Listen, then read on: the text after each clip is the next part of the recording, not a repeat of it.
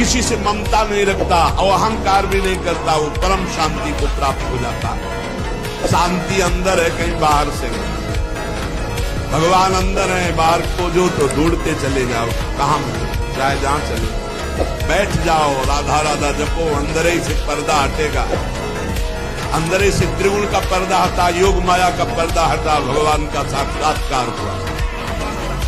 हमारा हृदय जैसा है वैसे हम हैं अभी। हम कह रहे हैं लोक परलोक के सब सुख आपको प्राप्त हो जाएंगे। आप डट के नाम जप तो करो। जैसे लोग कहते हैं कि नाम जप करने से क्या खाना मिल जाएगा, तुम खाना की बात क्या करते हो। अगर भगवान का नाम जप करो तो लोक परलोक सब जगह सुख प्राप्त होता है। जहां पाप नष्ट हुए तो सुख ही सुख घेर लेता है। और अगर भाई पाप कर्म करोगे तो पुण्य के प्रताप से ये मिल जरूर सकता है, लेकिन तुम्हारा नाश हो जाएगा। अंत में तुम्हारा नाश हो जाएगा। अंत में तुम जीरो पे होगे, कुछ तुम्हारे पास नहीं होगा। अगर नाम जप कर रहे हो, आज दुखी हो, चिंता मत करो, कल सुखी हो जाओ। 3 बार किसी स्वस्थ आदमी को हस्तमैथुन बता दो, अगर 2-4 महीने में डिप्रेशन ना आने लगे तो हमें बता देना, तुम डिप्रेशन से दूर हो। अरे ब्रह्मचर्य वीर नाश, और उसके दिमाग की स्थिति को पुष्ट करना चाहते हो वीर नाश करके, जबकि वीर से दिमाग की स्थिति पुष्ट होती है।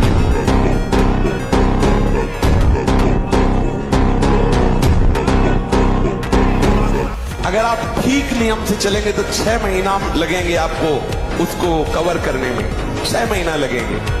और अगर आपने प्रमाद स्थिति की, वो तो निकल ही जाता है, फिर हमको करने से क्यों मना किया जाता है। तो आप देख लेना, कुछ समय बाद आपकी हालत बहुत गंभीर हो जाएगी, जो आप बता भी नहीं पाएंगे किसी से क्या गंभीर हो जाएगी।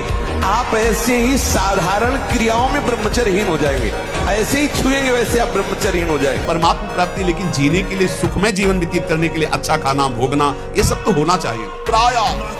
प्रायः हमें लगता है 100 में 95 और 5 ऐसे निकलेंगे जिनकी ये समझ में बात आ गई है कि भोग और संग्रह करने वाला कभी परमात्मा प्राप्ति कर ही नहीं सकता।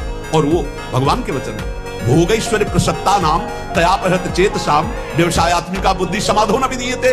भोग और ऐश्वर्य में जिसकी चित्तवृत्ति अपहृत कर ली गई है, उसकी बुद्धि कभी निश्चय नहीं कर सकती परमात्मा प्राप्ति का। तो 100 चलने वालों में 95 इस बात में फिसल जाते हैं कि भजन साधन पाठ पूजा दिनचर्या तो करेंगे, लेकिन मनोरंजन भी होना चाहिए। इंद्रियों को खान पान भोग विलासिता, इससे रोज दिन आराम से कट रहा है। और वो ये नहीं जान रहे कि अंधा बटे पड़ा चबाए, ये जो हम कर रहे हैं, हमारी सारी साधना मिट्टी में मिल रही है। अब वो संग 2 प्रकार का करता है। एक करता है भागवतिक संग, जैसे सत्संग हो रहा है, और एक करता है भोगों वाला संग, क्योंकि उससे उसके मना इंद्रिय की पूर्ति होती रहेगी, और इससे सोचता है कि भगवान को मिल ही जाएंगे, प्रभु बड़े कृपालु हैं, प्राप्ति तो हो ही जाएगी। अब उसके भावों में परिवर्तन, जब वो भोग भोगता है, क्योंकि भगवान के मार्ग का साधक है, तो उसके अंदर जलन पैदा होती है। गलत तो है, ये ठीक नहीं है। पक्का आप देख लीजिए, अगर थोड़ी भी भक्ति कर रहे हो तो आप जब गलत भोग भोगोगे तो आपके हृदय में एक पश्चाताप होगा, एक घृणा होगा, एक जलन होगा, एक ऐसा लगेगा हे भगवान कब मैं सुधरूंगा। ऐसा होने पर भोग भोगते समय भी वो अशांत रहता है, क्योंकि सत्संग करता है, साधन करता है, तो भोगों में उसे शांति कैसे मिल सकती है। उसके अंदर जलन होती, मैं गलत हूं करते समय भी, भोगों को भोगते समय भी उसके अंदर रहता मैं बहुत नीच हूं, मैं गलत हूं। ऐसा कैसे? नाली में पड़े देखो शराबियों को, तो कहीं हमें लगता है ये चीजें मानव जीवन को नष्ट करने वाली है, दिव्यता से गिराने वाली है, नहीं पीना। आज को कभी हार मानना नहीं, निराश नहीं, उदास नहीं, हताश नहीं। मतलब बहुत जिद्दी स्वभाव। तो बच्चा हारना है ही नहीं, हम हार में विजय खोजते हैं। भगवान है ना, प्रभु है ना, ऐसा कैसे हो सकता है? हम उनका भजन करते हैं, हम उनके आश्रित हैं, ऐसा कैसे हो सकता है? जब आप ऐसा करोगे तो असफलता में सफलता का ही आनंद अनुभव में आएगा। संसार में अगर कोई तृप्त होता है तो भगवान की भक्ति से होता है, नहीं तो भोगों से तो हो ही नहीं सकता है। आज तुम्हें प्यार कोई कर रहा है और तुमसे सुंदर मिल जाएगा, कल वो उससे प्यार करने लगेगा। ये बहुत खतरनाक स्थिति, प्रायः इसी स्थिति में पूरा संसार है। बैठे बैठे बस वही चल रहा है, ये किया वो करूंगा, ऐसा बना लिया वैसा बना लूंगा, अब इतना ऐसा हो जाए फिर वैसा हो, और ये सब सोचते सोचते काल आ गया, मृत्यु, शरीर छूटा। अब जो सोच रहा था, जो सोचा उसके परिणाम से दूसरी योनि मिली, बस यही चक्कर चल रहा है। जब ये प्रभु का चिंतन करता है तो संसार का चिंतन जो स्वाभाविक होता रहता था, अब हो तो रहा है। देखो ना, जैसे हम नाम जप करते हैं, भगवत चिंतन की चेष्टा करते हैं तो बड़ी जोर से गंदगी आती है। ये सबका अनुभव है जो भजन करते हैं, बड़ी जोर से, जैसे कि दरिया में उफान आ गया हो। एक से गंदी मतलब तो आपको भी लगेगा कि यार ऐसी बात कैसे हो सकती है। बिल्कुल घृणित, वो आराध्य देव पर घृणित भाव, वो अपने गुरुदेव पर घृणित भाव, वो कुछ भी डरना नहीं, समझना। ये आपके तो आपको लगेगा कि कितना नीच हूं, कितना गंदा हूं, क्या क्या सोच रहा हूं, कुछ नहीं, समझना।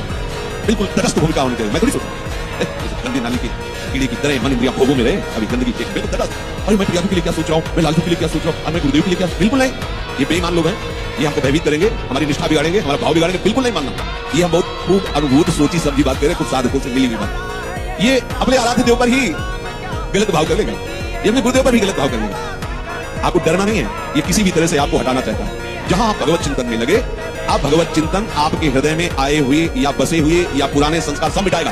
बिल्कुल आपको चिंता नहीं करनी। चलिए, देवता, कोई भूत, कोई प्रेत, कोई पितर, देखो इस मन की एक चाल देखो, चुप हुए देखो चल पड़ा, लगाए हो सुनने में, जहां चुप हुए तो अपनी चाल चल पड़ा। अब अगर आपकी चाल नीच कोटि के चिंतन की है तो नीचे चला जाएगा, उच्च कोटि की है तो उच्च। इसको फंसाना है। हम कार्यरत हैं तो मन लगा हुआ है, जहां कार्य से हटे राधा राधा राधा राधा राधा राधा, फौरन लगाओ इसको।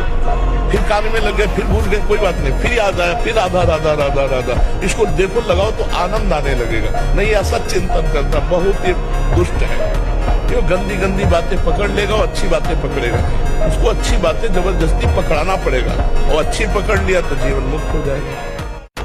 ये मन कभी कभी हमको ऐसा प्रेरित करता है जहां इसको विषय संयोग होने का अवसर दिखाई दिया, कोई क्रिया, संयोग, तहाँ ये मन बुद्धि को इस तरह से आकर्षित करता है कि सुना है शास्त्र और गुरुजन कहते हैं कि सुख नहीं है, पर अगर हम इसे एक बार भोग लेते तो हमें पता चल जाता कि सुख नहीं, फिर हम अपने मन को समझा देते। इस बात पर आपको सावधान होना है।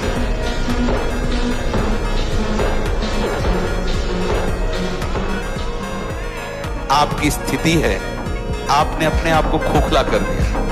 ये जो आपने कुक्रिया शब्द लिखा हो, आपका जो दर्शन अनुभव करा रहा है, अब आप लाख कोशिश करेंगे तो आपको बार बार मन प्रेरित करके परास्त करने की कोशिश करेगा, आपको ऐसी स्थिति पैदा करेगा कि आप फिर उसी क्रिया पे आ जाए।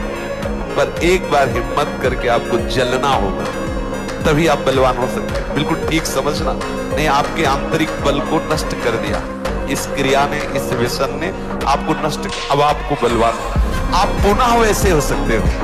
ये जो मन आपको पेश कर रहा है कि ये क्रिया हो जाती, ये भोग मिल जाता तो मुझे शांति मिल जाती और फिर मैं आराम से बैठ के भजन करता, सावधान रहना।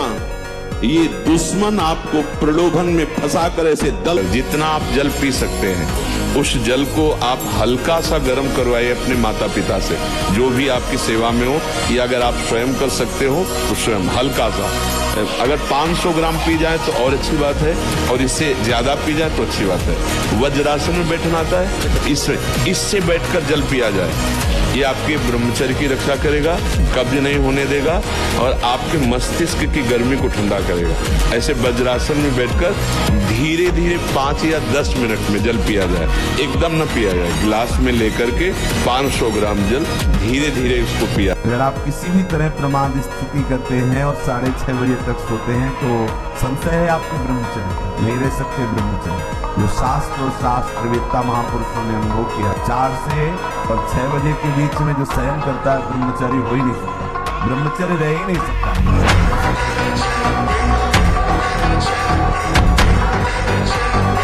आप इस बात को हृदय में बैठा लीजिए, प्रवचन नहीं, ये हृदय बोल रहा है कि भगवान नाम जापक को किसी की सामर्थ्य नहीं परास्त कर सके।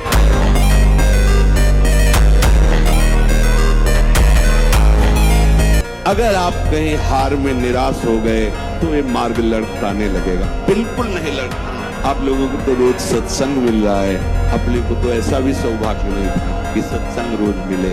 कम से कम सत्संग में हमें वो शब्द मिल जाते हैं जिनसे हम पुनः हृदय को उत्साहित करके इस मार्ग में चला पाते हैं। ये बहुत मंगलमय मार्ग है पर बहुत कठिन मार्ग है। कठिन इसलिए है कि हमारा अभ्यास विषय मार्ग में चलने का है और ये बिल्कुल उसके उल्टा मार्ग है। अब कभी न कोई ऐसी आक्रमण वृत्ति माया की होगी जहां हम हार सकते हैं, तो हमें कभी निराश नहीं होना, ये हृदय में बैठना नहीं। तुम्हें अवसर दिया गया था, आउट हो गए, भोगों में समय बर्बाद कर दिया, चलो निकलो। अब इसे कहते भगवान रक्षा कर। अरे भगवान क्यों रक्षा करे, वो तो खेल ही रहे इसी में, आउट तो होना ही है, खेल चल रहा है, उनको सत्य दिखाई दे रहा है। उमा गाँव में अनुभव अपना सत हरि भजन जगत सब, मानो या ना मानो, मान लोगे तो सत्य में स्थित होकर आनंदित हो जाओगे, नहीं मानोगे तो तुम्हारा ही बिगड़ेगा।